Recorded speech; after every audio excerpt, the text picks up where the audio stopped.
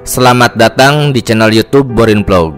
Di kesempatan ini saya akan mengulas atau mengisahkan sebuah kisah legenda dari Sungai Talo.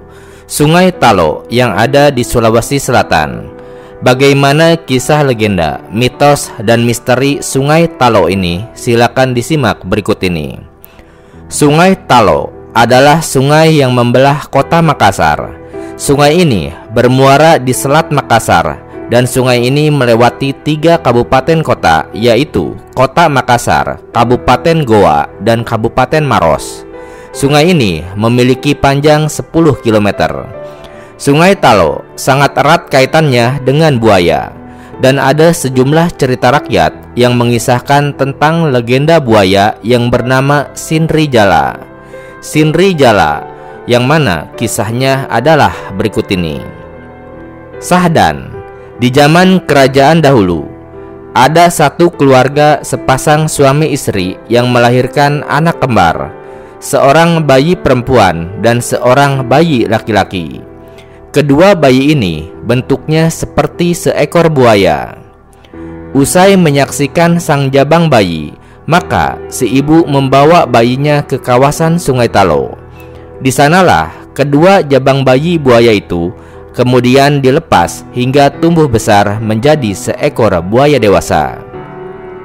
Seiring berjalannya waktu, pada suatu ketika, seorang penduduk yang sedang mencari ikan di pinggir Sungai Talo dengan perlengkapan sebuah jala atau jaring penangkap ikan.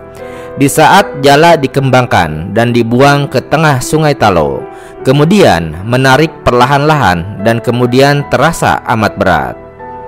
Dalam benaknya, dia akan mendapatkan ikan yang besar. Semakin ditarik ke pinggir sungai, maka bebannya semakin berat. Dan alangkah kagetnya ia, setelah jalannya tiba di pinggir Sungai Talo, dalam jalannya tampak buaya putih.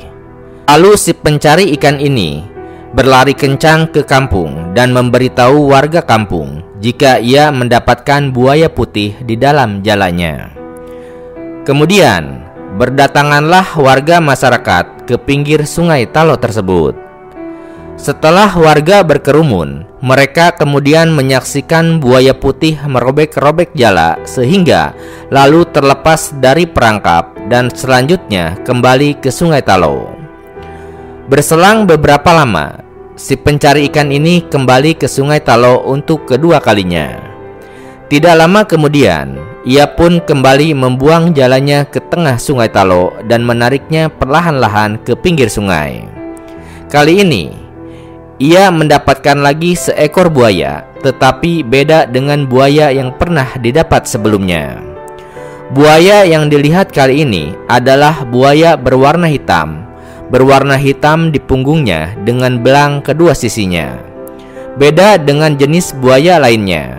Sama seperti buaya putih sebelumnya, buaya ini memiliki 5 jari tangan layaknya manusia.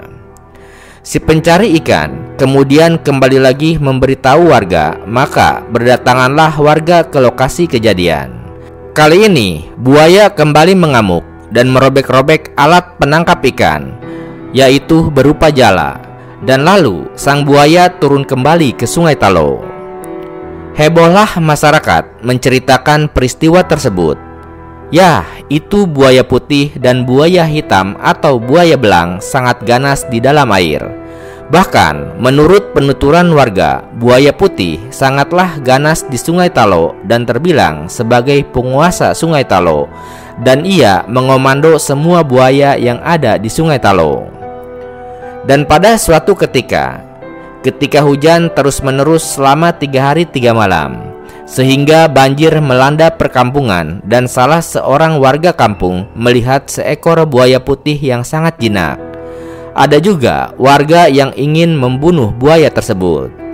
Namun, warga lainnya menghalangi dan lalu mengatakan, "Jangan dibunuh, ini bukan buaya biasa, karena jari-jarinya ada 5, mirip manusia," ujar salah seorang warga.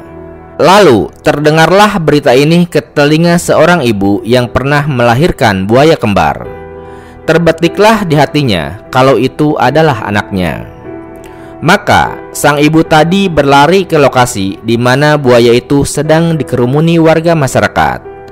Rasa takut yang menghantuinya mengalahkan rasa cintanya.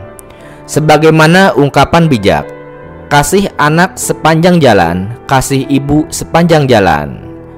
Ia pun lalu mengelus sang buaya mulai dari kepala hingga ekornya. Lalu membawa sang buaya itu ke rumah kediamannya dan disiapkannya berbagai jenis makanan, mulai dari telur dan berbagai aneka daging lainnya. Berselang 1 malam menginap di rumah orang tuanya, menjelang subuh, sang buaya kembali turun ke sungai dan hujan pun berhenti. Kemudian warga kembali melakukan aktivitas seperti biasanya. Dan pada akhirnya buaya itu kemudian dikenal sebagai buaya Sinrijala. Nama tersebut berasal dari istilah yang merujuk pada kejadian karena jala yang digunakan nelayan dirobek-robek oleh buaya tersebut. Adapun lokasi peristiwa kejadian kini menjadi kawasan yang sangat ramai di kota Makassar dan menjadi kelurahan Sinrijala yang ada di kota Makassar.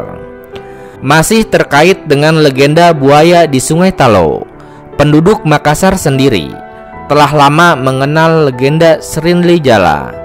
Srinlijala sebagai buaya putih penguasa kerajaan Sungai Talo. Ada juga makam Boe Ri Bungung Batu yang terletak di Kampung Bangkala, Kecamatan Manggala. Boe disebut-sebut sebagai titisan Karaeng Sinrijala.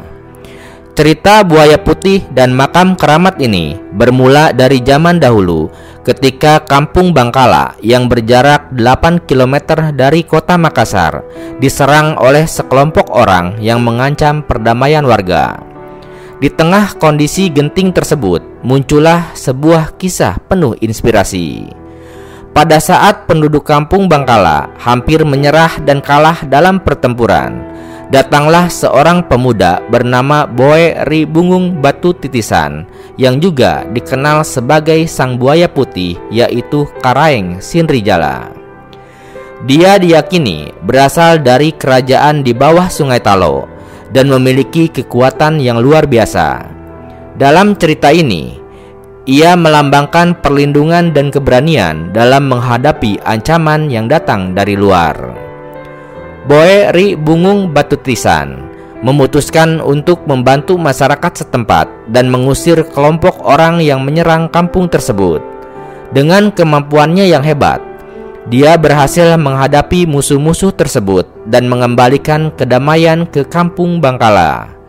Tindakannya ini tidak hanya membawa kemenangan bagi warga, tetapi juga menjadi simbol persatuan dan semangat melawan ketidakadilan. Namun, setelah situasi telah kembali damai, Boe Ri Bungung Batu Titisan menghilang tanpa jejak. Menurut keyakinan warga setempat, dia kembali ke alam bawah, yaitu kerajaan gaib penguasa Sungai Talo. Kepergiannya diiringi oleh munculnya sebuah pohon besar yang diberi nama Pohon Pucak. Pohon ini kemudian dianggap sebagai tempat suci dan juga sebagai pohon keramat yang mengandung kekuatan spiritual.